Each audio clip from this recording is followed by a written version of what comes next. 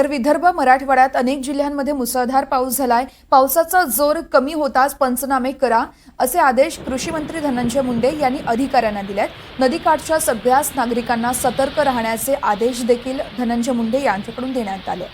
विदर्भ आणि मराठवाड्यात अनेक जिल्ह्यात मुसळधार पाऊस पडतोय आणि त्याच अनुषंगाने कृषी मंत्र्यांनी हे आदेश दिले। तर धनंजय मुंडे यांनी नेमकं काय ट्विट केलंय आपण पाहणार आहोत ग्राफिक्सच्या माध्यमातून।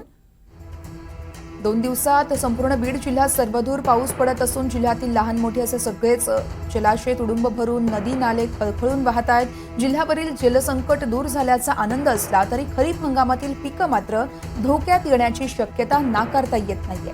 काही महसूल मंडळांमध्ये अतिवृष्टीच्या निकषांपेक्षा अधिक पाऊस झालाय, तर काही ठिकाणी अजूनही पाऊस पडतोय।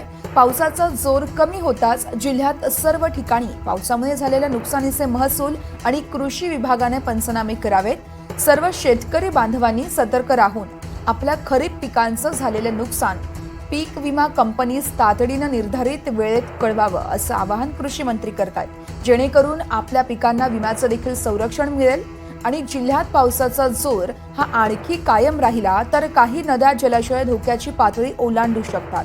त्यामुळे जलाशय किंवा मग नदीकाठच्या सगळ्या गावातील नागरिकांनी सतर्क राहावं। पुराचा धोका उद्भवू शकणाऱ्या नद्यांच्या नियंत्रण रेषेच्या क्षेत्रात राहणाऱ्या सगळ्याच नागरिकांच्या सुरक्षेसंदर्भात जिल्हा प्रशासनाला योग्य त्या सूचना केल्याचं यावेळी कृषी मंत्री धनंजय मुंडे यांनी सांगितलं आहे।